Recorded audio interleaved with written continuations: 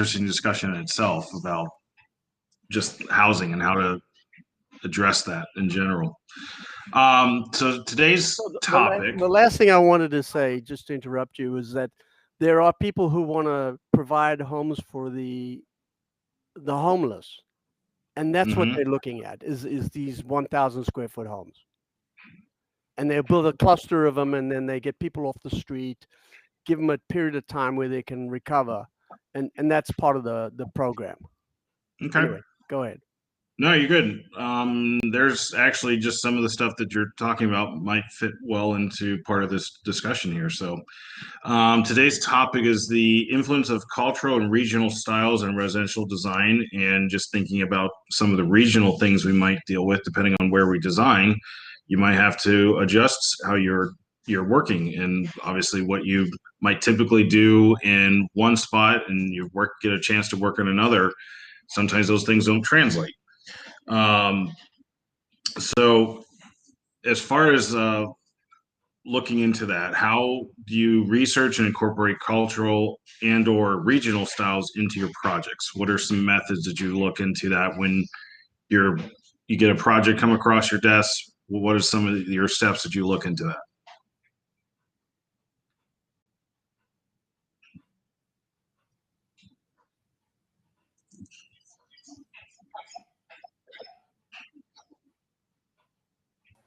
I'm not sure I understand the question. Sure. So you get a project that is going to be either you can tell that they have a certain cultural way of doing things, and so their house is being influenced by that cultural way of doing things. For example, right now I'm working with a woman from Japan. She has certain things that she really wants done a certain way. Privacy is very important. One thing that's come up is like shoes and not wearing shoes in the house, and so where do the shoes go? And closets can't face windows. Just things that are just different, but they are very important to the client. And so it's influencing how I have to lay things out, where rooms might go, how things might be laid out. So having to look into, okay, what is potentially more than just what she's telling me? What are some other things I could do to try to better understand how she might use this house, and therefore design it in a way that works for not only her budget, but also for her cultural side of things. So that helped kind of clarify a little bit? Absolutely. Okay. So I've done a lot of houses for different nationalities and whatnot, for Indians, for people of the Jewish faith, and so forth. That's a good example. I've done a few houses now for people who are the Jewish faith, and one of the things that affects the design there is if they want a kosher kitchen. Show of hands, how many people have done a kosher kitchen? Nope. I don't even know what that is. Well, you see, I went to high school with a lot of Jewish people, so I'm very familiar. But a kosher kitchen involves the fact that, for lack of a simpler way to put it, certain things can't touch other things. In a kosher kitchen, in effect, it's almost like having two kitchens. You've got two separate sinks, you've got two separate stoves, you've got, whatever. And while I did grow up and go to school with a lot of people of the Jewish faith, I, never paid that much attention as a young man to their kitchens, other than they seem big and a little odd. But when I got jobs that were like this, I sought out someone who had expertise in it. In my case, it was a kitchen designer who was in Glendale as well, that I worked with on more than one job with kosher kitchens, and she had design expertise in doing this. And that's, the first thing I would recommend to anybody is, if you get a client with a cultural preference, do your best to find somebody with expertise in that. you'll get input from the client, obviously, but a bit of research online and someone you can actually talk to can be very helpful. I've had Indian clients who needed to have a prayer room. There's all manner of things like that that come around, and it's great if you can find someone with that expertise to bounce things off of, because as you know, even with just your regular old American client, people don't know what they don't know, and while they will tell you if they're Japanese or Indian or Jewish or whatever, what their preferences are, they often have no idea how to integrate that into the design of a house. They just know that they want to have these things. So, surely seeking out somebody with the expertise is helpful. I have not done a lot of houses for people who are Japanese, and I think that would be interesting. And I have somebody right away to call, because my brother is a retired English professor who spent his entire career teaching English to the Japanese in Kyoto, Japan, and is married to a Japanese wife. So I've got a built-in source there. I'll give you his number. Okay. So that's good.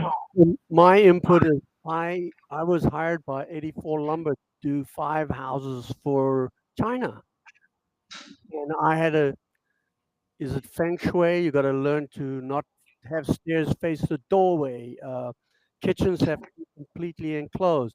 I had to learn all those rules to do those houses. Now they finally did 35 houses, but I completed 5 of those, and they were very happy with it. But I had to learn the rules reading the darn book. I've also done what do you call it? Historical restoration, and I did this in Ohio City. I had to research what the 1926 style was and get pictures of the houses that were from them, because we had to follow those rules with the building department and the architectural review board. It was very difficult, but it was a lot of fun. What was the style again? Well, it was this Ohio City old 1926 style. I don't think it's any particular. It's not Craftsman or Colonial. It was just those old houses, but they didn't want us to change it. A We lot had of to go find jurisdictions trim that have, was custom made. a lot of jurisdictions have pattern books and whatnot. Yeah, Where I just came from, the village of Glendale, the entire village is on the historic. It's a National Historic Landmark, and they have a pattern book that you have to work out of, and very strict rules that you have to adhere to. And so while it's not a different international style like Japanese or Indian or whatever, it's still, as Robert says, a very strict set of rules that you've got to work to. It's really very similar, except it's actually your own country that you're dealing with, just rules that you're not familiar with. Yeah, because that's definitely something to consider. Is and like regional influences, that would definitely be a regional influence, because it's part of that community. It could be a real advantage to develop some expertise in areas like that around wherever you live. As I said, I was living in Glendale myself, but people came to me to do work because I was familiar with Glendale. It was only myself and an RA in Glendale, and he retired during my tenure there. And so I was the only design professional in Glendale, who lived and worked there, and therefore had a lot of knowledge about what the rules and regulations were. And this is incredibly helpful in getting work, because people will come to you just because you know this and are familiar with it. It's kind of like, oh hell, I can't think of it now. What's that place near Columbus that Jim does so much work in? New Albany? New Albany, yeah. I mean, they've got a very strict set of rules, and I think Jim over the years has gotten a tremendous amount of work in New Albany because he's recognized as someone who has expertise with their rules. And they do have a lot of rules. So I understand. And some communities, actually, I know here in Columbus, have adopted, what'd you call them, Andy? Pattern? What'd you call it? Here we go. There. A pattern book. Pattern book. Yeah, some of the more established areas in Columbus have developed some of those because of people buying homes in those areas, tearing them down, building new ones. And as a result, they don't really match at all. And so they quickly develop something to give some guidelines to still maintain the character of the area, which is good that they did that, because it very quickly could have started to look more like a hodgepodge of houses in there. You got obviously huge decades of differences in there, but they just don't look right. We have that same issue here in several areas in Cincinnati. And I'm wondering, in your area, is one of the regulations based on square footage? What we come up with here is that in certain areas of town, I'm thinking specifically about Madeira right now, it was an area filled with really pretty but bungalow style houses and whatnot. And what happens is, one of these becomes the zombie house on a block, falls into disrepair and whatnot. And a builder comes in, buys it, for next to nothing, tears it down, and then, goes straight to the zoning people, looks at what's the maximum shadow over the ground he can have on that lot, and builds some monster in between two bungalows. And they look ridiculous. It ruins the character of a neighborhood, even if the architectural style is appropriate, because you've got surf, castle, surf.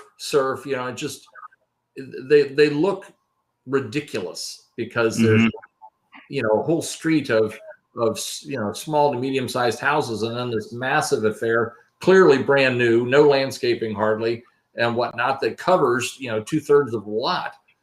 But that's what the builders are doing to, maximize their profits and help pay for the fact that the lot was rather expensive since it had a house on it.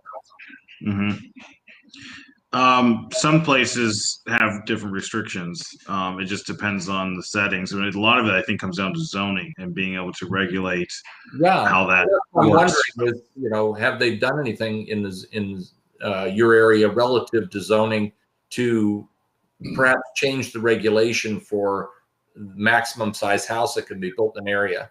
There was a lot of talk of that here, although I don't know that they've gone through with it. And some areas have like height restrictions, which helps with some of that. It does. I did a house somewhere in Central Ohio, but it had a height restriction because of just the houses in the area, and it was somewhere sub 30 feet. So even if you have 2 stories, you've got a low profile roof just to keep it under there. I worked on a job where the people didn't come to me until after they had gotten caught at this, but the builder applied for a permit and started building this massive house. And of course, the neighbors were all up in arms and whatnot. And somebody came to realize it hadn't been caught, because it's a very small part-time building department for a very small municipality. It hadn't been caught in plan exam that the house was much too tall. And as I said, was towering over these little bungalows on either side. And they had to come back and tear the roof structure off the entire house.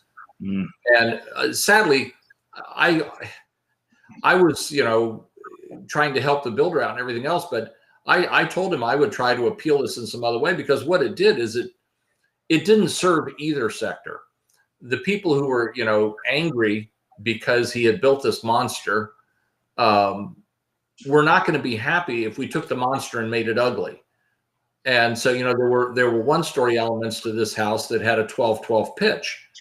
And then the only way to satisfy the height requirement was to take the main 2nd-story roof from a 12-12 down to like a 5-12. Well, you're all designers. What do you think that looks like? It looked terrible. So, it's like, okay, I understand how you feel. And, I agree with how you feel, but here's the builder. And now you're going to make him take what is at least, not a bad looking house. It's big, but it's still going to be big. And now it's going to be big and ugly instead of big and attractive. But there was too much of this, everybody's got their position, and they're so angry, and they wanted to make an example out of him because he was a builder who was doing this all over that town, not just on this street. and he needed to be punished. Gotcha. And ultimately, they did go ahead and force him to put the flattish roof on the house, and it looked terrible. But now everybody was unhappy. Right. I'm curious. So for the areas that don't have any kind of written regulations, they're as more established areas. What kind of research do you do to try to make sure the design that you're putting in there fits for the area that it's going in, to be regionally appropriate? I think I narrow region down to neighborhood. I uniformly drive around, the area where something's being built and look at what else is there. Okay. So that, hopefully whatever I design is going to fit in on the street. Now, if you're doing truly rural stuff where, it's agricultural ground and the next house is 1/8 of a mile down the street, I tend to just, go with Ohio agricultural style as opposed to whatever the hell the idiot down the street did. Because it's, if you go 1/8 of a mile this way, you'll find one thing. You go 1/8 of a mile this way, you'll find another. And, trying to blend into that isn't really necessary at that point, I don't think. Tim, I know around here, the regulations are pretty lax, okay? Especially, out in the country. There's a lot of country homes, a lot of modern farmhouses still. But around here, like the subdivisions pretty much rule. Whoever writes out the subdivision requirements is what we do. Typically, roof pitch, there is a roof height typically. Amount of stone, brick is a big thing around here. But other than that, it's pretty much free for all. So it's good to be a designer around the area. I still draw per code, obviously, but as far as like subdivisions, they're pretty lax, and they're starting to adapt to some of the newer materials, especially some of the more wealthy subdivisions and communities. So that's kind of how we roll around here. So. Yeah, and it will be definitely different in each of our areas where we tend to design. Bernie, I'm sure things are quite a bit different in Colorado, or am I making the wrong assumption? No, not at all. In fact, I like to share a story, but it wasn't a home that was designed in Colorado. It was because you were bringing up culture and stuff like that. Well, I had a doctor that works here in Colorado Springs contact me, said he needed a home design, so I went and met with him. Turns out the home needed to be built in Algiers, in the country Algiers, and I did the design for him. It was very fascinating. But as far as culture and everything, this was a house that had to be designed for multiple families, and it's the way they live there. Families all live in the same building. So I had four master bedrooms designed in the house for 4 families. And it was a very, simple house to draw because it was basically square rectangular shape, but that's the style there too. It's have been influenced in the 19th and 20th centuries by the English. So it's a very English style mansion type looking home. And the other thing that was put in this design here that I really had to learn from the doctor as far as what he wanted, and had to really listen to him and understand what it was that he needed. But they have servants that live in their home also. So there were servant quarters. The kitchen was not a kitchen that were family all gathered around the kitchen. The kitchen was for the servant people. So the kitchen had to be designed off by itself. That was all different. The other thing too that kind of left quite an impression with me is when I did the site plan, I also had to design a complete security concrete wall around the perimeter of the property with barbed wire on the top, gates that come in because of the security living in a country like that. And you have a doctor, a known doctor that lives in that house, and everybody has to be protected from somebody coming in and taking one of your family members and holding them for ransom. So it was really important to have this security designed all the way around the property. And it was really neat. Oh, and the other thing that I really had to learn a lot too is everything had to be done with the metric system. And so I take my brain out of the foot and inches and go into metric. And it was a pretty neat and fascinating project. And he sent me pictures of it after he got done with it. It was pretty cool. Wow. Bernie, that must have been tremendous fun. I'm curious, construction methods and techniques and whatnot. Did the doctor provide you with any kind of, you know, written building code, or how did you work with that? Because I'm sure things must have been different. Yeah, no building code, no building code in a country like that. But everything was concrete. Everything was concrete masonry block. Ah, yeah. Wow. Still a ton of fun. Yeah. Yeah. That's impressive. Trying to draw in metric, wow, that would be a challenge in itself, just trying to flip over. I think I spent a good one full day just trying to figure out, okay, what is this now? And I want, you know how when we design in foot and inches, we want to use measurements that make sense, like keep things in 2-foot increments and things like that. Well, I tried to learn the same thing about the metric system, and I don't know that I ever got that down, but I heard that the house went fine and all the measurements worked out great out in the field. Yeah, they probably weren't going to have you come over and do a site visit to make sure things were being built correctly. Yeah. That's great, though. No site visit, Bernie? No, I don't know that I really wanted to either. You're not sure you want to go to a job site where you have to hide behind barbed wire? Yeah. Fair enough. I'm curious, are there any other stories about where any of you have been able to successfully integrate, influences from regional or cultural or both?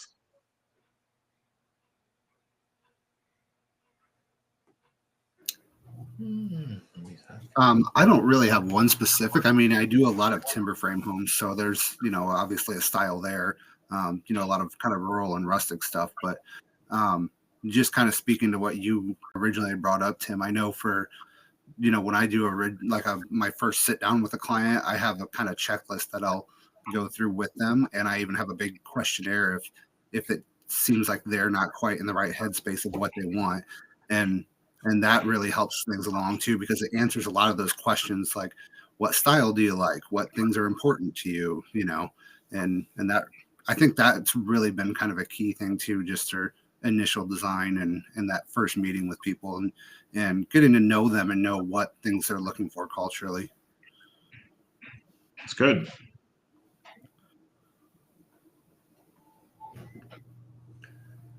Another thing, Tim, that perhaps we could touch on is, what's based on where you're drawing for, what's the palette you have to work with? For instance, as Bernie said, even going as far as Algiers, everything there was concrete or concrete block.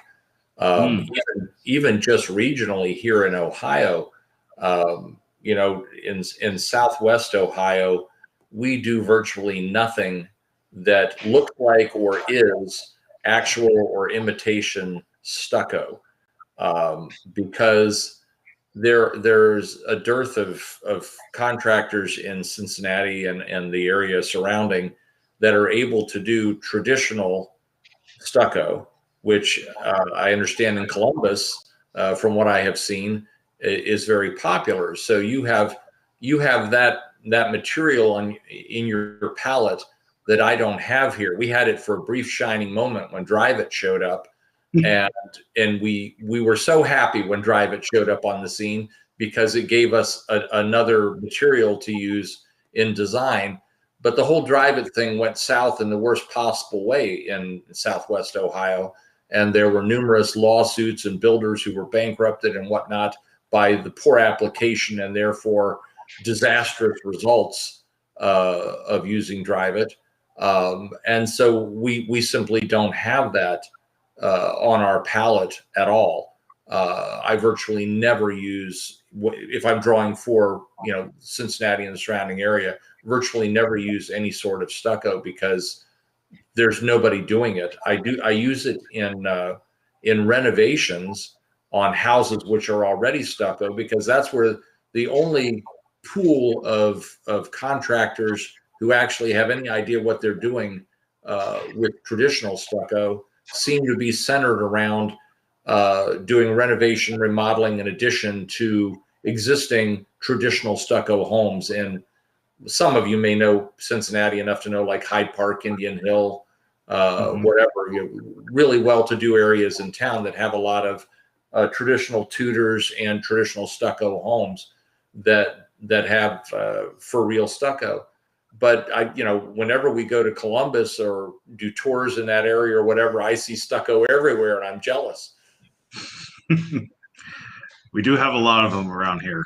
But it's also, I would say, you don't see it as much for back like 90s and early 2000s. It seems like a ton of houses that was just what you did is you threw stucco on there, and now it's more of different. It's other materials.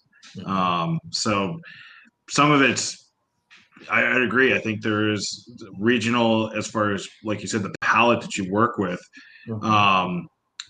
I got a chance to work with a builder down in Alabama, and everything's brick. Like the thought of using vinyl is just not on their radar, and brick's standard to them, whereas brick might be more of an upgrade around here. But so it's like when you start, you're just automatically using brick.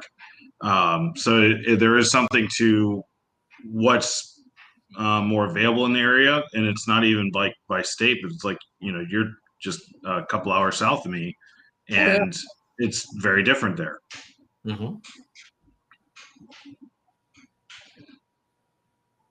So I agree. I think there is something to consider when you're looking at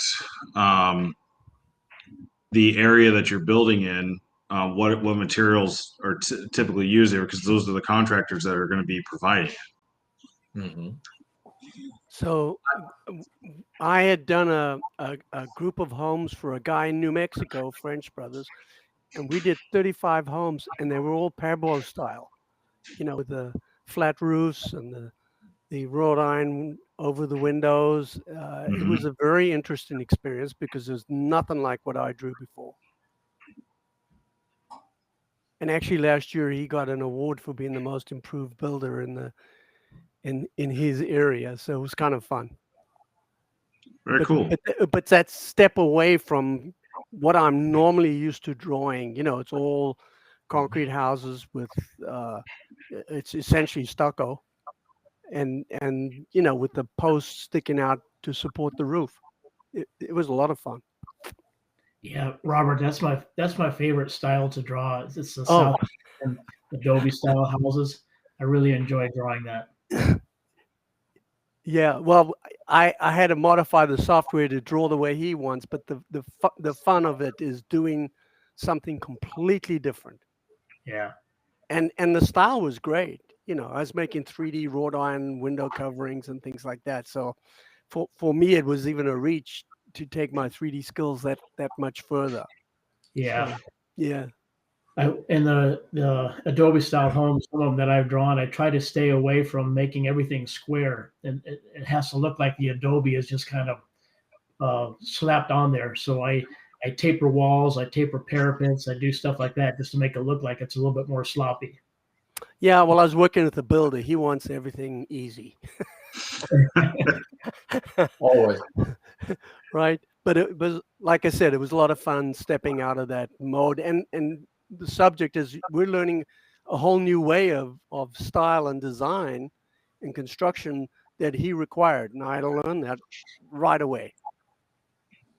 But that's the same idea as you've got to learn what the client wants in a particular neighborhood and then adapt your design to that. I'm curious, Ethan, you were talking about how you have a questionnaire and you're trying to get to know the client and stuff. What are some ways that you're hearing the ideas? There might be regional things, cultural, but there's still the taking those ideas and the challenge of trying to get it to actually be something that is workable. Like, what are some challenges you've had there, and how to blend those together to actually create a reasonable project? Yeah, well, I'm still kind of working on a good process for myself with that. But one thing I've done, I know, I don't know what other people use, but I primarily use Revit.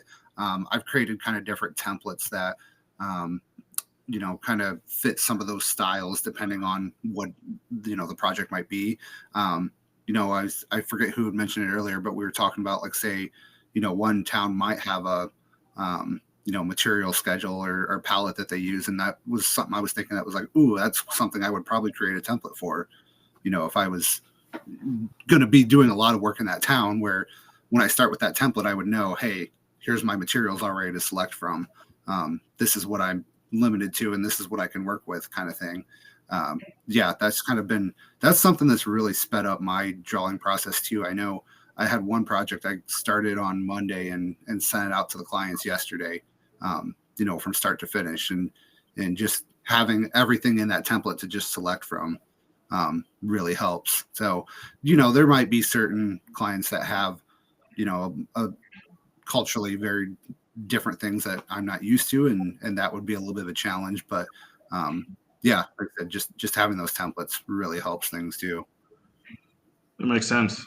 Mm-hmm. Some of the challenges I've had is some things they might ask for. I'm not sure if there's a trade that can pull off what they're doing, or wanting to do, I should say.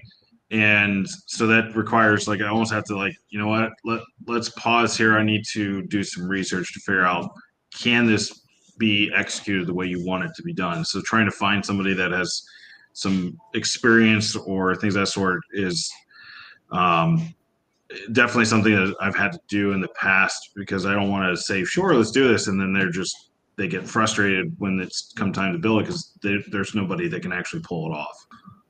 Yeah, I've designed a lot of SIP homes as well, and it's funny how many contractors see that and they're just like, I don't want to do it, I don't want to touch it.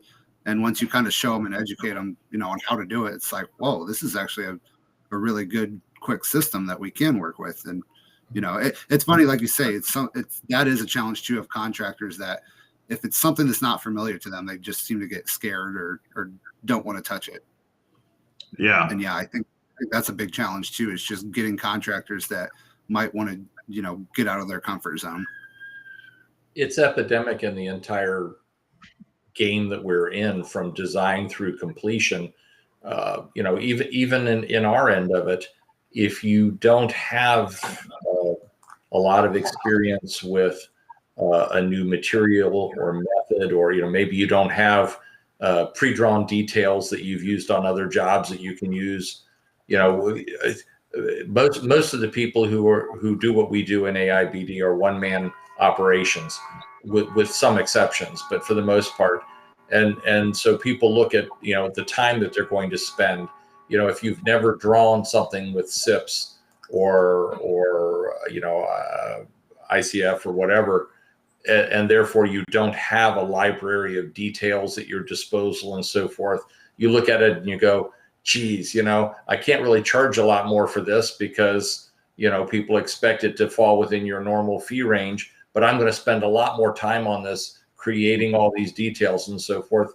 And sadly, it discourages us from taking on jobs if they have to be something that's out of our comfort zone. Whereas, if you look at it in the bigger picture, you realize that, okay, I'm not going to make my normal profit margin on this, but the next one that comes along, A, I'll have some more experience under my belt. B, I will have a bunch of details I can use. And C, there's not a lot of other people doing this. This might bring me work. It's, but it's short-sighted. We all, I know I have in the past, you get your shackles up a little bit, like, oh, geez, do I really want to get into that? Mm-hmm. And it's short-term thinking. Whereas if you look yourself in the mirror and say, yeah, but you leap on it with both feet, because, in the long run, this is something that you can add to your skill set. Right. Yeah. Just like you've got all the information for that particular area, you're the expert for that area, and that is well worth it. And you're right. There's definitely times where I can think of, the first time I dealt with ICFs, it's like, I've never done that. I don't have details for it. It's like, and then suddenly, like, I need to learn about this. So it became, instead of a challenge too big, it's like, all right, we're just going to do little bits at a time, and let's start with learning about this product. What can be done with it, so that then I can design accordingly, and then even like Robert was saying, adjust the software so that I'm drawing with that material in mind and things of that sort. I think that's definitely. I mean, that's a limiting factor on ourselves, that when a client comes to us with a challenge, are we willing to take it on? Sure. And I would say one particular thing that would be a hindrance might be how busy I am. How much time do I have to invest into this client that I'm going to have to put more time in there, yet I've got all these other projects. I got to weigh that out. What is the opportunity cost if I take this on? I'm now going to have learn all this so I could be better in the future of future ones like that, but I'm potentially having to let something else go or work extra or whatever I got to do to try to take something on like that. So I can see that being like, we could be our own hindrance in taking that on. My experience is that the only way to make it work is that you have to look and say, I'm going to go to night school for this.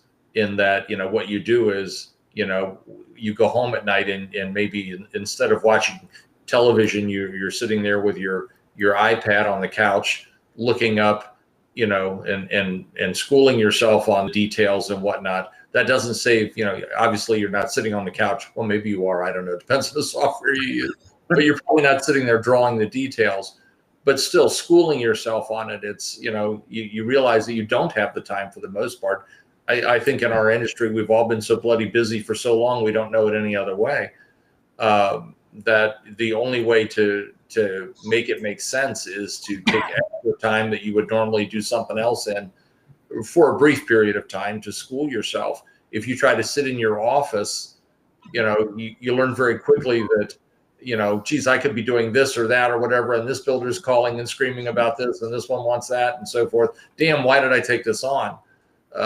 Whereas if you just add it on as something that, if you're truly interested in learning it, I tried not to take on, something new like this unless I was really interested in learning about it anyway. That's a good point. To a great extent, let's face it. I mean, I know in my own experience, very few builders that I deal with wanted to do ICF or a lot of other things. They're mostly building with, 2x10 floor joists, 2x4 or 2x6 walls and truss roofs and whatnot. So, having somebody show up and say, hey, I want you to draw plans for a log home or an ICF home or a SIPS home. It's like, oh, geez, how many of these am I going to do after I learn this? Is this particular person an individual, or is this person a builder who's going to come back and want another SIPS job and another SIPS job after that? Because if it didn't look to me like it was going to turn into multiple jobs, you really have to question the investment of time, unfortunately, just because we are so damn busy. There is a thing that, there are a lot of resources available. If you want to go see ICF, you can get a lot of those details that are pre-drawn for you that you don't need to recreate. So, Ernie's doing Revit. Revit has a lot of resources out there that will give you the drawings that you need. I mean, even AIBD is a whole catalog of detailed drawings that you can access. So it makes it a lot easier for you in your software. If you're working in SoftPlan, you can just call Robert Brown because he's everything. And I'll send you the bill later. No, it's but you know what I'm saying? There's a ton of resources on the internet that the builders supply or the manufacturers supply. Sure. You were talking about stucco, and there's a thing out there called palladium. You don't use Dryvit anymore. You just take palladium and you trowel it onto your surface, and it's done. And it's a waterproofing product, and comes in 45 colors and different grains. So these are all nice new products, and it's fun to learn about them. But again, if you go to Revit, Revit has a lot of resources for the assemblies. And if you go to SketchUp, there's a 3D warehouse that has literally millions of different objects you can grab. So you don't have to redraw that based on the This is product the you're using. research that you're doing on the couch at night on your tablet, is finding where all these things are. So the next day at work, you can snatch them up and use them. Yeah. Well, it's like I have a particular manufacturer for the ICFs. I just go to his. They have training courses, and they have, cross sections of each block and whatever even prices, so that the resources are available to you because of the internet. Mm-hmm. Right. Curious. So, what you have a client come to you looking to do a particular style of a house. They like it from either cultural or from the region they're from, but it doesn't work in the area they're wanting to build. How do you work with that? How do you guide them? There's a phrase I like to use. That's good, but perhaps not ideal. Yeah, I mean, if somebody wants to put a flat roofed, southwestern Adobe style house in a neighborhood full of colonials,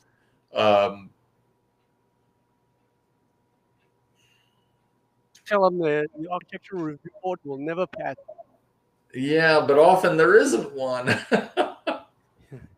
You can tell them there is. There's the policy I want to adopt. Lie to the client. Lie to them. When in doubt, lie to the client. Right. Oh, I don't know. It's if somebody wants to do something that just isn't going to fit, I counsel them strongly personally against it, and perhaps going with the flavor of where they came from on the interior, because interior things are easier to modify in the future.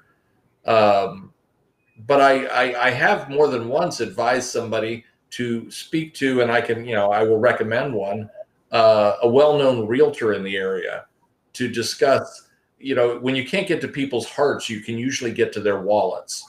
When a realtor says, "Oh, geez, if you build an Adobe house on this block, you'll never sell it ever again." That can be a convincing thing when all else fails. I can't recall any time that I've ever actually gone through with one that just made no sense at all. That I felt that strongly someone was making a serious mistake. Yeah, I had one, Andy, and that's a good point there. And that's what I brought up exactly with them, is about being able to sell the house or building a house that outprices itself for the neighborhood. Mm-hmm. This was a house that's going to go in the city of Pueblo in Colorado, which is kind of south of Colorado Springs. And it was in an area that they had some property, but it was a well-established area. And there was very, very traditional ranch-style homes all around the whole area.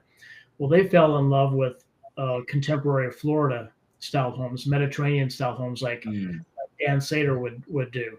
And they had me design something for them for that. And I cautioned them. I said, this doesn't fit the neighborhood. It's going to be way outpriced for the neighborhood. But they were insistent on it. And I did the house for them. It was a beautiful house, but never got built. And that's, I think, for that reason, the cost to build it. Finally, I guess, realized to them this wasn't the place to build that kind of a house. Yeah. Did they ever acknowledge your advice to them? No, they didn't. They just said they changed their mind about building it, and I wasn't surprised at all when I got that. Okay. Yeah, what changed their mind may have been the estimates. Well, yeah, I think that's what it was. They didn't come out and tell me what their numbers were, but yeah, I got the impression that they couldn't afford to build it. No, it's the other thing is, even if they can afford to build it, I've had that chat with clients before where you look and you say, okay, you just, to pull numbers out of my ear, you want to build a $2 million house in a $1 million house neighborhood. you're never going to get your 2 million out of this. I mean, you better be wealthy enough that you just don't care. How many of us have had clients, usually in my experience, it's for additions and renovations, who you say to them, you're overbuilding the neighborhood. Are you sure you want to do this? And they will reply with, we've lived here for 25 years. Mm-hmm. Our kids have friends here. We have friends here. Our church is here. We love everything about this, and we want this. And I say, okay, so you're acknowledging that you're not going to get the money back out of this. Here's the difference between what you're likely to get out of it and what you're going to spend.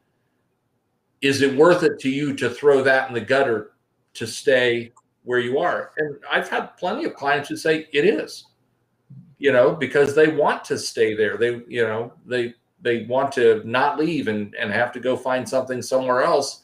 And the premium, whether it's, 50,000 or more, to stay there, when they amortize it over the fact that they think if they do this, they'll stay here another 20 years, they go, what the hell? Mm-hmm. And, as long as you go in with eyes open, that's fine. But it's your job to make sure your client understands, it's your job to pry those eyes open and make them look. But there will be people who say, yeah, I want to go ahead anyway. Yeah. As long as they're going in eyes open, But you're also, when you're giving that advice, you're running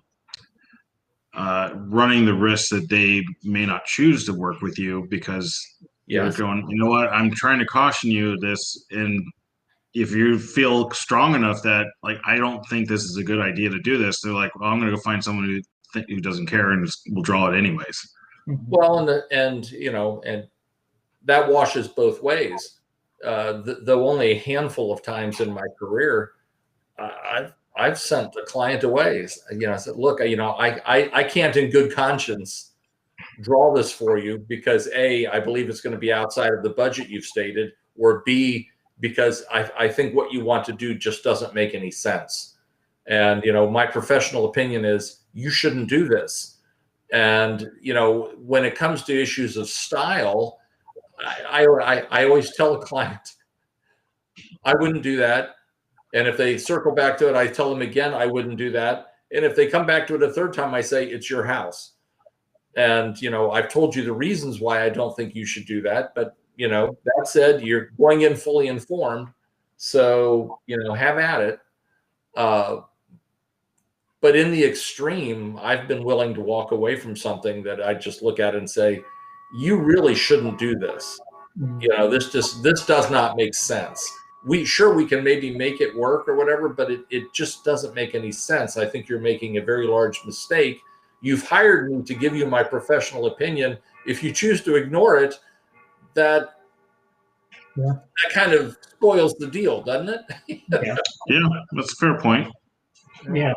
The one thing that got me going, Andy, you're right. And I have had that discussions before with other clients and walked away from it because I realized this is not going to go in the right place. This particular house, what they got, the one I was talking about, the Mediterranean style home, but they do have a very good set of house plans. If they just find different property, they would be able to maybe adjust it for site conditions, but they would be able to use it somewhere else. Take this and go somewhere that makes sense. Yeah. Yeah. I was thinking when you were talking about, Andy, your comments about what the client's trying to get from you, and you're like, well, eventually you're like, it's your house. Is the question that I get sometimes, I just try to avoid answering if I can, is, what do you think? Like, what do you think of this house? Yeah. And a lot of times I might, if I'm not I'm doing this because, it's going to help pay the bills per se. Then it's more of like, it's your house, it's your style. Good for you. But it's not the one I would build, or, it may not be the style I'm most into or whatever, and that's fine. But I think it is still wise to be able to guide our clients to make wise decisions and at least have the information. as to regionally, this may not be the best area to build this particular house, or from a size of the, like the cost compared to the rest of the area.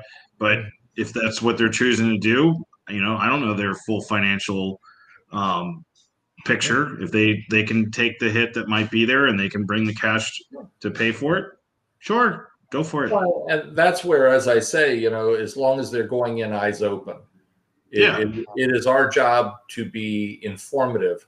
My wife is famous for saying people often don't know what they don't know, and it's our job to be informative. That's why they've come to somebody who hopefully does know, and can enlighten them on certain things, and that makes a huge difference in what we do.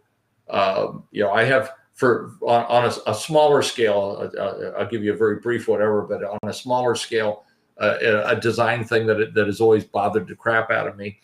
It was more of a problem back in, I don't know what, the 80s maybe, when big jacuzzi tubs in master bedrooms were so popular, platform ones.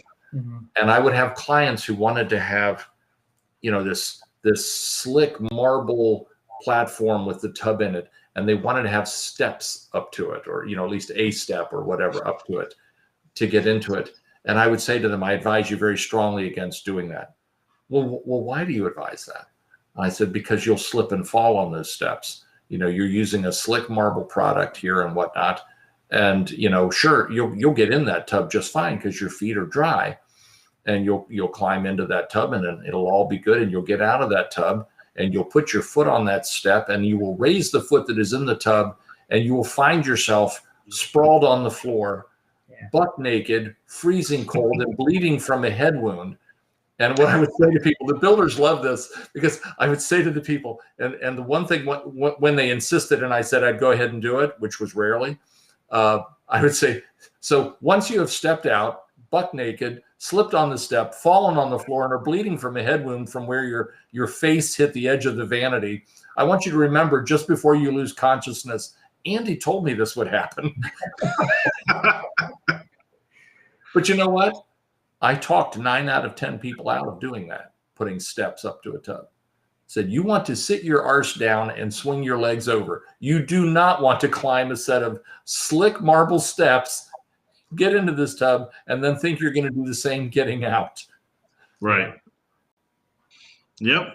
But people listen. They do. Yeah.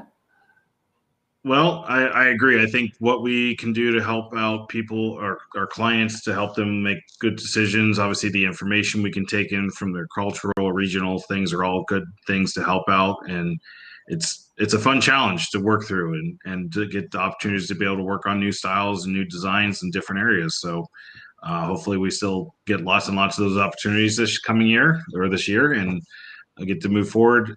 We are a bit over 11, so I'm going to go ahead and end the meeting, but it's been good discussion. Appreciate everyone being part of it, and have a great weekend. All righty. Thanks. All right. See ya.